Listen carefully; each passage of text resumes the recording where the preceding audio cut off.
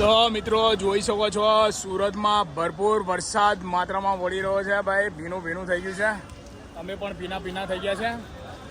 Traffic ખૂબ જ લાગે છે મિત્રો, એટલે થોડું ધ્યાન રાખવું પડે છે. સાચવીને ગાડી ચલાવવી પડે છે. જો અમારા કંડક્ટર ડ્રાઈવર મિત્રો ચાલીને આવી રહ્યા છે. આપણી ગાડી લાગેલી છે. તો હવે ચલો રવાના રાબેતા મુજબ. અમે તો બહુ લેટ છે, બહુ લેટ છે, પણ ચાલ્યા ઘરે ગાડી લગાવી દીધી છે. પેસેન્જર બેસે છે, ગાડીઓ આવી રહી છે.